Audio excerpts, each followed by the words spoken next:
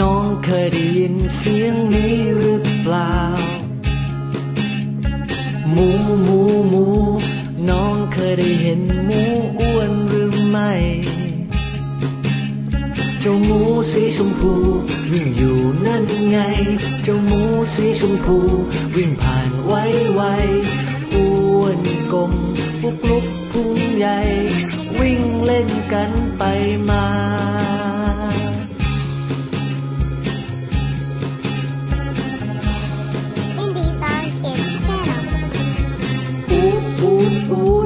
น้องเคยได้ยินเสียงนี้หรือเปล่า